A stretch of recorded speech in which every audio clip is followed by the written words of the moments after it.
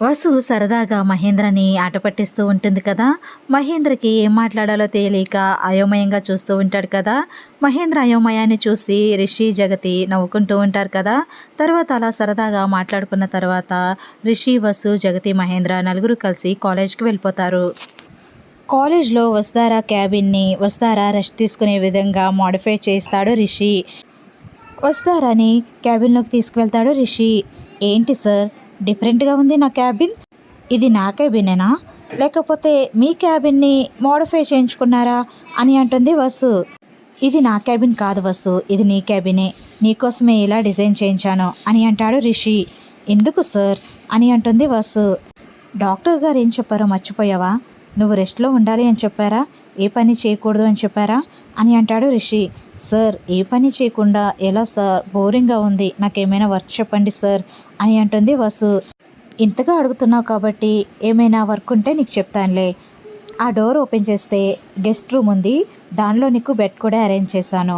నీకు పడుకోవాలి అనిపించినప్పుడు దానిలోకి వెళ్ళి పడుకో" అని అంటాడు రిషి. "అదేంటి సార్, ఇంట్లో ఉన్నట్టు బెడ్ కూడా రెడీ చేసేసారా?" అని అంటుంది వసు. "నా ప్రియమైన భార్య కంఫర్ట్‌గా ఉండడానికి నేనేదైనా చేస్తాను" అని అంటాడు రిషి వసు గడ్డం పట్టుకుంటూ చిలిపిగా. అలా వసు క్యాబిన్‌కి అటాచ్డ్‌గా గెస్ట్ రూమ్‌ని అరేంజ్ చేసి దానిలో వసు రెస్ట్ తీసుకునేలాగా అరేంజ్ చేస్తాడు రిషి. "రా వసు, ఆ రూమ్ ఎలా ఉందో చూద్దువు గాని" అని వసుని గెస్ట్ రూమ్‌లోకి తీసుకువెళ్తాడు రిషి. వసు పడుకోవడానికి బెడ్, బోరింగ్‌గా ఉంటే వసు చదువుకోవడానికి బుక్సు, అలాగే ఒక టీవీ అన్నీ అరేంజ్ చేస్తాడు రిషి ఆ రూమ్‌లో. రిషి కిటికీ డోర్ తీస్తూ, "ఇదిగో వసు, ఈ డోర్ తీస్తే నీకు గార్డెన్ కనిపిస్తుంది. అంతా పచ్చగా ప్రశాంతంగా కనిపిస్తుంది. నీ మనసు కూడా హాయిగా అనిపిస్తుంది. అలాగే అటు చూస్తే మన కాలేజ్ గ్రౌండ్ కనిపిస్తుంది. ఆ గ్రౌండ్‌లో ఆడుకునే మన స్టూడెంట్స్ కూడా కనిపిస్తూ ఉంటారు. నీకు నచ్చిందా ఈ రూము?" అని అంటాడు రిషి. "సార్, మీరు నా పైన ఇలానే ఎప్పుడూ ప్రేమ చూపిస్తూ ఉంటే మీ ప్రేమే నాకు చాలు సార్. ఇవేమీ నాకు అవసరం లేదు. ఇవేమీ నాకొద్దు కూడా. మీరు, మీ ప్రేమ, ఈ రెండే నాకు కావాలి సార్. నా లైఫ్ లాంగ్ అలాంటి ప్రేమని నాకు అందిస్తారు కదూ" అని అంటుంది వసు రిషి కళ్ళల్లోకి ప్రేమగా చూస్తూ. "వస్తారా, ఈ రిషేంద్ర భూషణ్ ప్రేమ ఒక్క వస్తారాకి మాత్రమే సొంతం. నా గుండెల నిండా ఎప్పుడూ వస్తారా మాత్రమే ఉంటుంది. నా ప్రాణం వస్తారా నువ్వు. నీ మీద ప్రేమ తగ్గడం అనేదే ఉండదు" అని అంటాడు రిషి ప్రేమగా వసు కళ్ళలోకి చూస్తూ. అలా ఒకరి కళ్ళలోకి ఒకరు చూసుకుంటూ ప్రేమగా ఇద్దరు దగ్గరవుతూ ఉంటారు. అంతలో వసు ఫోన్ రింగ్ అవుతూ ఉంటుంది. వస్తారా ఉలిక్కిపడి "సార్" అని అంటుంది. "అబ్బా, ఈ ఫోన్ ఇప్పుడే రావాలా?" అని అనుకుంటూ ఉంటాడు. "ఎవరు వసు? ఫోన్ ఎవరు చేశారు?" అని అంటాడు రిషి. వసు ఫోన్ చూసి, "సార్, మావయ్య ఫోన్ చేస్తున్నారేంటి?" అని అంటుంది. "డాడా? డాడీ ఎందుకు చేస్తున్నారు?" అని అంటాడు రిషి.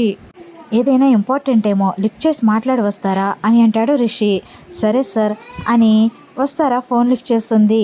"మావయ్య" అని అంటుంది. "అమ్మ వస్తారా, ఏంటమ్మా, నా మీద నీకు జాలి లేదా? నిన్ను నేను ఫ్యామిలీ మెంబర్గా ఎందుకు అనుకోవట్లేదమ్మా? నువ్వెందుకు అలా మాట్లాడావు? నువ్వు ఫీల్ అయ్యావని నేను కూడా చాలా ఫీల్ అయ్యానమ్మా" అని అంటూ ఉంటారు మహేంద్ర అమాయకంగా. వసు స్పీకర్ ఆన్ చేసి, "అయ్యో మావయ్య, అది కాదు" అని అంటూ ఉంటుంది. "ఇంకేం చెప్పకమ్మా. నువ్వు అలా బాధపడుతూ మాట్లాడితే నేను ఎంత బాధపడ్డానో తెలుసా నీకు?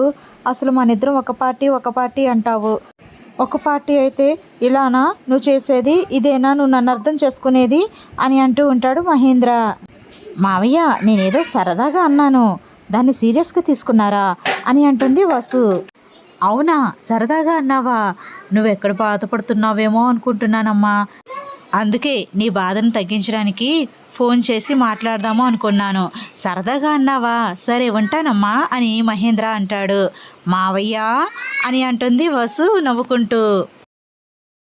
మహేంద్ర జగతి దగ్గరికి వచ్చి, "జగతి, జగతి, వసు సరదాగా అందంట, సీరియస్గా ఫీల్ అవ్వలేదంట" అని అంటూ ఉంటాడు. "ఏంటి మహేంద్ర, నీకు ఇప్పటికి అర్థమైందా ఆ విషయం?" అని జగతి నవ్వుతూ ఉంటుంది. "అంటే నీకు కూడా తెలుసా ఈ విషయం?" అని అంటాడు మహేంద్ర ఆశ్చర్యపోతూ. "అందుకే మహేంద్ర నిన్ను ట్యూబ్లైట్ అనేది" అని జగతి నవ్వుకుంటూ ఉంటుంది. జగతి అంటూ మహేంద్ర అలుగుతూ ఉంటాడు. ఒక పక్కన, "ఏంటి సార్, మావయ్య మరీ ఇంత అమాయకంగా మాట్లాడతారు అని అంటుంది వసు. రిషి నవ్వుతూ, వస్తారా, డాడ్ ఒక్కొక్కసారి చాలా అమాయకంగా ప్రవర్తిస్తూ ఉంటారు. డాడ్ ప్రవర్తన ఒక్కొక్కసారి చిన్న పిల్లవాడిలాగా అనిపిస్తూ ఉంటుంది. డాడ్కి అమ్మ అంటే చాలా ప్రాణం వస్తారా. అమ్మ లేనప్పుడు ఆయన చాలా బాధపడుతూ ఉండేవారు. కానీ నాకు అప్పుడు అర్థమయ్యేది కాదు డాడ్ ఎందుకు అలా బాధపడుతున్నారు అని. ఆ అమాయకత్వం వల్లనే డాడ్ అమ్మ తరపున స్టాండ్ తీసుకోలేక, తన జీవితం గురించి ఆలోచించుకోలేక, అయోమయ పరిస్థితుల్లో ఏమీ మాట్లాడకుండా అమ్మకి దూరమయ్యారు 20 సంవత్సరాలకు పైగా. అలాగే నాకు కూడా కన్న తల్లిని దూరం చేసేలా చేశారు. అదే డెసిషన్ మేకింగ్ ఉంటే మా ముగ్గురికి ఇలాంటి పరిస్థితులు వచ్చేవి కాదేమో. మా ముగ్గురు లైఫ్ ఇంకోలా ఉండేదేమో, చాలా అద్భుతంగా ఉండేదేమో. డాడ్ డెసిషన్ తీసుకోకపోవడం వల్లనే నేను తల్లికి దూరమయ్యాను. నా బాల్యం అంతా అగమ్యగోచరంగా మారింది. కట్టుకథలు వింటూ బ్రతికాను. అసలు నిజాలేంటో తెలుసుకోవడానికి ప్రయత్నించలేదు. కట్టుకథలనే నిజాలుగా భ్రమించాను. కానీ నిజం తెలిసాక అమ్మ ఎంత మనోవేదన పడిందో, ఎంత బాధపడిందో అర్థమయ్యాక అమ్మని విడిచి ఒక్క క్షణం కూడా ఉండాలి అనిపించటం లేదు. ఇదంతా మా జీవితంలో ఎందుకు జరిగింది అని ఆలోచిస్తే డాడ్ అమాయకత్వాన్ని అలుసుగా మార్చుకుని పెద్దమ్మ మా జీవితాలని శాసించింది. పెద్దమ్మ గురించి నాకు నిజం తెలిసాక మా జీవితాల మీద ఎవరికీ అధికారం ఇవ్వాలి అనుకోవట్లేదు. మా ముగ్గురి లైఫ్ని మాకు నచ్చినట్టుగా మలుచుకోవాలి అనుకున్నాను. అందుకే నేను ఆ ఇంట్లో నుంచి బయటకు వచ్చేసాను. ఇప్పుడు మన నలుగురి జీవితం చాలా ప్రశాంతంగా, చాలా హాయిగా, చాలా సంతోషంగా ఉంది. ఈ సంతోషం నాకు ఎప్పుడు కావాలి వస్తారా. మన నలుగురు ఎప్పుడు ఇలా సంతోషంగా ఉండాలి. నాకు ఇంకెవరూ వద్దు వస్తారా. మీ ముగ్గురు ఉంటే నాకు చాలు. మీ ముగ్గురే నా జీవితం అని అంటాడు రిషి. సార్, అందుకే సార్ నేను ఫస్ట్లో చెప్పేదాన్ని, మీరు నిజాలు తెలుసుకోవడానికి ప్రయత్నించండి సార్ అని. కానీ మీరు ప్రయత్నించేవారు కాదు. కానీ నిజాలు తెలియాల్సిన టైం వచ్చినప్పుడు అవే తెలుస్తాయని నాకు అర్థమైంది సార్. మీరు నిజాలు తెలుసుకుని మా అత్తయ్యని అర్థం చేసుకున్నారు. నాకు అదే చాలు అని అంటుంది వస్తారా నవ్వుతూ. అవును వస్తారా, నువ్వు చెప్తూ ఉన్నా వాటిని పట్టించుకునేవాడిని కాదు నేను. కానీ నిజం తెలిసిన తర్వాత అమ్మ అలాంటి పరిస్థితుల్లో ఇల్లు వదిలి వెళ్ళిపోయింది అని తెలిసిన తర్వాత నిజంగా నాకు చాలా బాధగా అనిపించింది. అసలు డాడ్ అలా అమ్మని ఎలా వదిలేశారు అని డాడ్ని చాలా తిట్టాను. కానీ డాడ్ చాలా ఫీల్ అయ్యి ఉంటారు కదా అప్పుడు అని అంటాడు రిషి. అలా ఏం లేదు సార్, అప్పుడు ఎవరు తిట్టేవాళ్ళు లేరు కదా, అందుకే మేడంని పట్టించుకోలేదు. ఇప్పుడు మీరున్నారు కదా, మీరు తిట్టి చాలా మంచి పని చేశారు, అది మీ బాధ్యత కూడా అని అంటుంది వస్తారా నవ్వుతూ. అంటే అప్పుడు నేను డాడ్ని తిట్టింది మంచిదే అంటావు అని అంటాడు రిషి. 100% సార్, మీరు కరెక్టే చేశారు. అలా చేయాలి కూడా. ఏ కొడుకైనా అలాగే రియాక్ట్ అవుతాడు. మీరు కూడా అలాగే రియాక్ట్ అయ్యారు. నాకు మీరు మావయ్యని తిట్టడంలో తప్పేం కనిపించలేదు. ఇంకా హ్యాపీగా ఫీల్ అయ్యాను కూడా. రిషి సార్కి నిజం తెలిసింది కాబట్టి మావయ్యని నిలదీయగలిగారు, అడగగలిగారు అని చాలా సంతోషించాను అని అంటుంది వస్తారా. అంటే నేను డాడ్ విషయంలో డాడ్ని తిట్టడం తప్పు కాదంటావు అని అంటాడు రిషి. సార్, రిషేంద్ర భూషణ్ ఎప్పుడైనా తప్పు చేస్తాడా? చేయడు కదా. రిషేంద్ర భూషణ్ ఏది చేసినా దానిలో అర్థం ఉంటుంది. ఏమనుకుంటున్నారు, నా భర్త రిషేంద్ర భూషణ్ అంత పవర్ఫుల్ తెలుసా అని అంటుంది వసు. అబ్బో పర్వాలేదే, నీ భర్త అదే రిషేంద్ర భూషణ్కి కోపం ఎక్కువంట కదా అని అంటాడు రిషి నవ్వుతూ.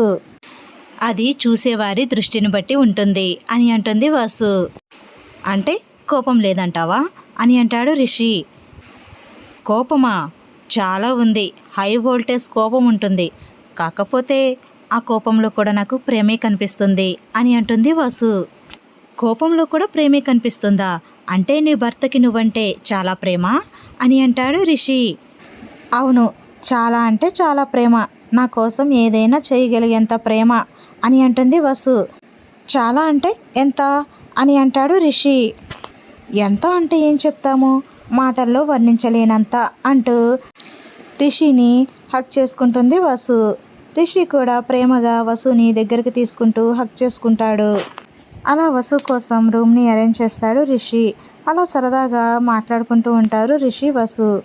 వీడియో నచ్చితే తప్పకుండా లైక్ ఇవ్వండి ఫ్రెండ్స్. మన ఛానల్ని ఫస్ట్ టైం చూస్తున్న వాళ్ళైతే సబ్స్క్రైబ్ చేసుకుని బెల్ ఐకాన్ ప్రెస్ చేయండి. Thanks for watching. Bye bye.